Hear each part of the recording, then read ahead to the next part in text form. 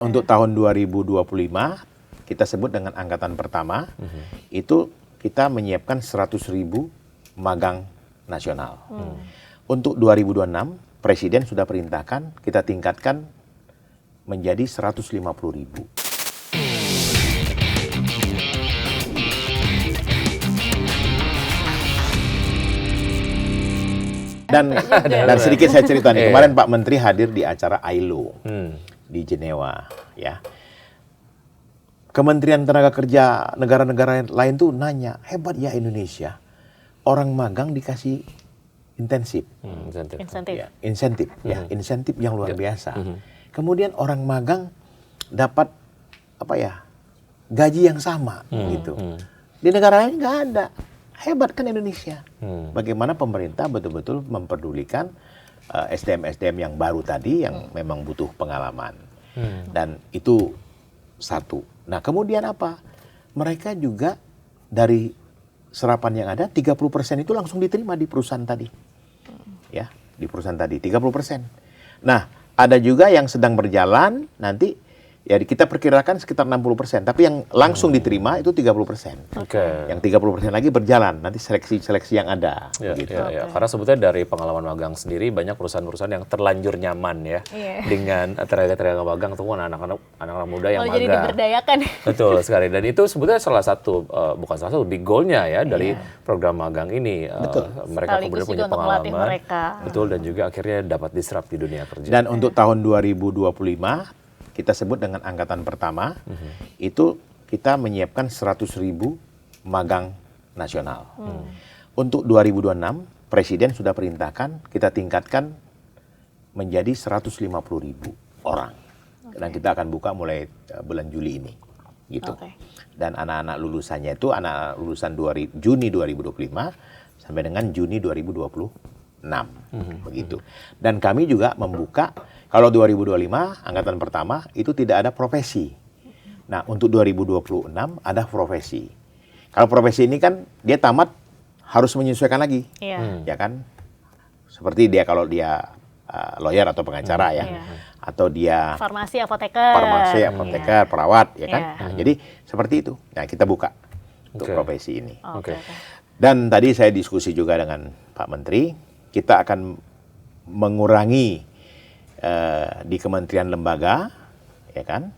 Kita akan memfokuskan di perusahaan-perusahaan swasta maupun BUMN, gitu. Jadi yang di kementerian lembaga kita kurangi. Yang vokasi, yang lulusan SMA atau SMK gitu juga ada ya Pak ya?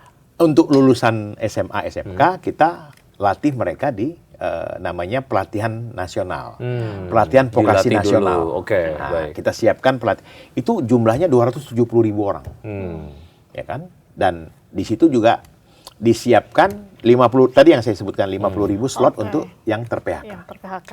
Yang reskill. Dan mereka kalau yang magang mendapatkan intensif uang saku senilai upah minimum, daerah masing-masing dia pilih.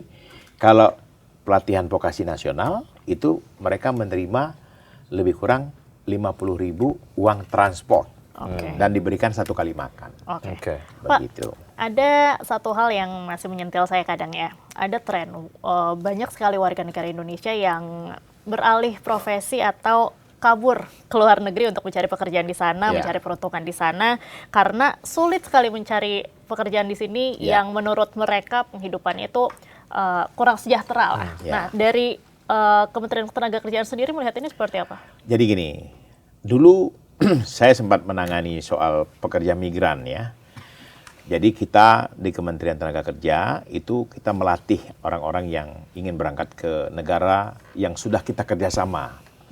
Contohnya Korea, Jepang, kemudian negara-negara lain seperti Taiwan, Hong Kong ya kan. Nah, disitulah kita bisa mengirim anak-anak kita ya, pekerja migran tadi untuk bekerja keluar negara tadi yang sudah kita kerjasamakan. Jadi ingat itu, kita sudah bekerja sama dulu dengan negara tadi. Bukan seperti yang beberapa isu soal mereka berangkat ke Vietnam, ke mana, ke Kamboja ya, sehingga terjadi semacam TPPO. Itu mereka itu mendaftar sendiri melalui online yang dijanjikan oleh perusahaan-perusahaan tadi. Nah, ini kita himbau juga nih, mumpung saya lagi di sini. Ya. Ini sebenarnya tugas PMI, KP2MI nih, Kementerian Pekerja Migran, ya kan, Kementerian Perlindungan Pekerja Migran Indonesia.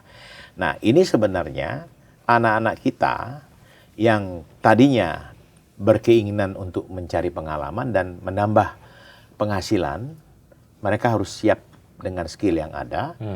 Kedua, bahasa. Bahasa negara tujuh.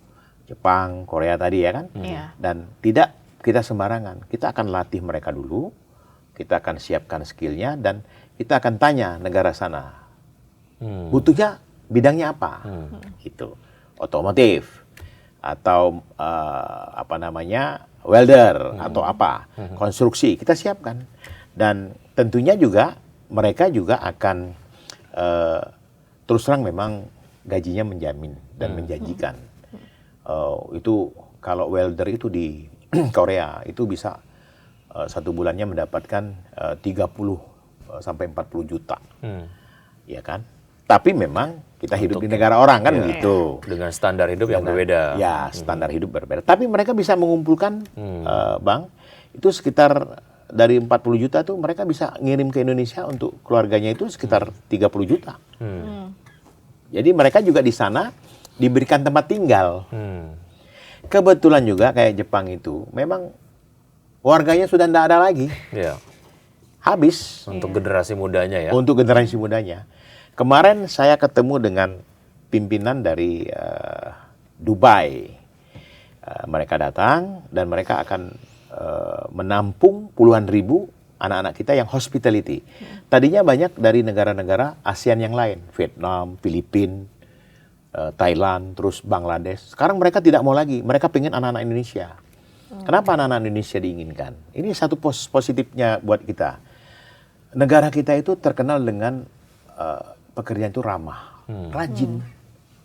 Nah, tinggal kita membuat konsep yang baik ya, Kementerian KP2MI dengan Kementerian Tenaga Kerja berkolaborasi. Kami masih menyiapkan ini, Mbak, pelatihan, Mbak. Jadi kami di kementerian kami ini untuk pelatihannya. Balai-balai kami siap melatih dan tentunya nanti yang menempatkan adalah KP2MI. Begitu. Tapi khawatir nggak? Mungkin terakhir ya, Mas Yogi. Khawatir nggak dengan banyak sekali anak-anak muda Indonesia yang bertalenta, kemudian juga di usia-usia produktif ini malah kabur ke luar negeri dan meninggalkan tanah air gitu untuk bekerja di sana. Dan mungkin apa ya harapan dari Bapak sendiri untuk generasi-generasi muda kita saat ini? Kalau saya nggak khawatir ya, karena negara kita ini besar penduduknya. Usia-usia produktif itu jago-jago semua. Jadi dengan dia punya kemampuan mau ke luar negeri dan dengan skill tertentu tadi, mereka punya tanggung jawab dan tahu nggak Mbak, kadang-kadang mereka juga susah juga mau berangkat. Orang tuanya nggak setuju, padahal ingin merubah nasib. Jadi prinsipnya, kita ini banyak SDM, banyak sekali SDM, ya kan? Dan memang ya alangkah lebih baiknya kalau memang ada peluang di negara sendiri ya. Betul. Cuman kalau tidak ada kemungkinan besar peluang ke negara orang, kenapa tidak? Kesempatan ini kita ambil, ya kan? Yang penting bagi kita satu, mereka terjamin di sana, ya kan? Mereka kesejahteraannya pun terpenuhi.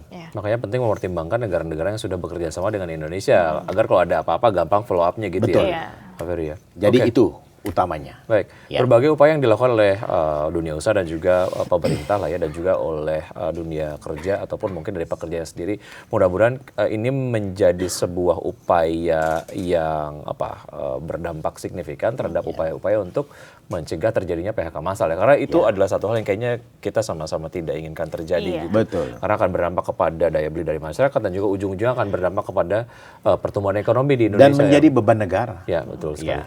Pak Ferry, terima kasih sudah bergabung bersama kami di Wikipedia Nanti kita ngobrol-ngobrol lagi ya, Pak Ferry ya, dengan tentunya topik-topik yang berkaitan dengan ketenagakerjaan. Baik. Saya Wigi Adrian. Saya Dian Ramukni, terima kasih. Sampai jumpa. Thank you Pak. Thank you. Terima kasih Bapak. Thank you.